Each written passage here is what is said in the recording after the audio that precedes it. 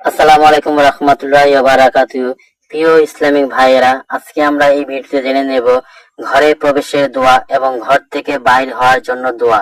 কোন দোয়া পরে ঘরে প্রবেশ করতে হবে এবং কোন দোয়া পরে ঘর থেকে বাইর হতে হবে, সহি শুদ্ধভাবে আরবি উচ্চারণ এবং বাংলা অর্থ সহকারে আজকে আমরা এই ভিডিওতে শিখে নেব।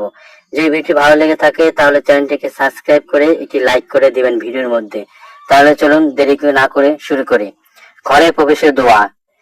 বিসমিল্লাহি ওয়ালাজনা ওয়া বিসমিল্লাহি খারাজনা ওয়া আলাল্লাহি রাব্বিনা তাওয়াক্কালনা। ঘরে প্রবেশের দোয়া আমি আরেকবার বলে দিচ্ছি। বিসমিল্লাহি ওয়ালাজনা ওয়া বিসমিল্লাহি খারাজনা ওয়া আলাল্লাহি রাব্বিনা তাওয়াক্কালনা। এই দোয়াটির বাংলা অর্থ হচ্ছে, আল্লাহর নামে আমরা প্রবেশ করলাম, আল্লাহর নামে আমরা বের হলাম এবং আমাদের রব আল্লাহর উপর আমরা ভরসা করলাম। তারপর ঘরে লোকদের সালাম দিবেন। এক হাদিসে এসেছে, তোমরা ঘরে দোয়া পড়ে প্রবেশ করবে এবং খাবারের সময় দোয়া পড়বে। তখন শয়তান নিজ ব্যক্তিকে বলে, আজ তোমাদের কোনো খাবার নেই, বাসস্থান নেই, তোমরা বের হয়ে এখান থেকে চলে যাও। এখন জেনে নেব ঘর থেকে বাইর হওয়ার সময় কোন দোয়াটি পড়ে নেব। এখন জেনে নেব ঘর থেকে বাইর হওয়ার দোয়া। ঘর থেকে বের হওয়ার জন্য কোন দোয়াটি পড়ে নেব। বিসমিল্লাহি তাওয়াক্কালতু আলাল্লাহি লা হাওলা ওয়ালা কুওয়াতা ইল্লা বিল্লাহ। ঘর থেকে বের হওয়ার দোয়াটি আমি আরেকবার বলে দিচ্ছি। বিসমিল্লাহি তাওয়াক্কালতু আলাল্লাহি লা হাওলা ওয়ালা কুওয়াতা ইল্লা বিল্লাহ।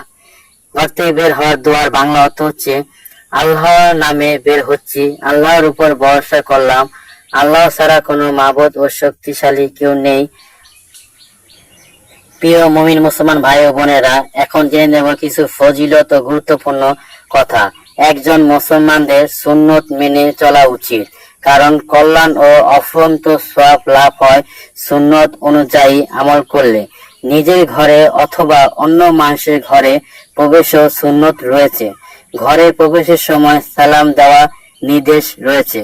অতঃপর তোমরা যখন ঘরে প্রবেশ করবে, আত্মীয় স্বজন বা যে কেউ থাকলে সালাম দিতে হবে, এতে আল্লাহর পক্ষ থেকে কল্যাণ রয়েছে। প্রিয় মুসলমান ভাইরা, এখন জেনে নেব কিছু গুরুত্বপূর্ণ ফজিলতের কথা।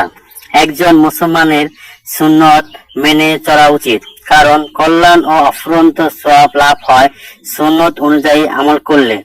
নিজের ঘরে অথবা অন্য মানুষের ঘরে প্রবেশও সুন্নত রয়েছে। ঘরে প্রবেশের সময় সালাম দেওয়া নির্দেশ রয়েছে। অতঃপর তোমরা যখন ঘরে প্রবেশ করবে, আত্মীয় স্বজন বা যে কেউ থাকলে সালাম দিবে, এতে আল্লাহর পক্ষ থেকে কল্যাণ রয়েছে। রাসূল পাক সাল্লাল্লাহু আলাইহি ওয়াসাল্লাম বলেন, যে ব্যক্তি দোয়া পড়ে ঘর থেকে বের হয়, তার সকল বিপদ থেকে নিরাপদ থাকবে এবং ইবলিস শয়তান তার কোনো ক্ষতি করতে পারবে না। প্রিয় নবী মুহাম্মদ সাল্লাল্লাহু আলাইহি সাল্লাম তার উম্মতদেরকে ঘর থেকে বের হওয়ার সময় মহান রবের উপর ভরসা রেখে বের হওয়ার জন্য সুপরামর্শ দিয়েছেন। দোয়া পড়ে বের হলে এবং ঘরে প্রবেশ করার আগ পর্যন্ত আল্লাহর জিম্মায় থাকবে। সুতরাং আমাদের উচিত ঘর থেকে বের হওয়ার সময় অথবা ঘরে ঢোকার সময় দোয়া পড়া।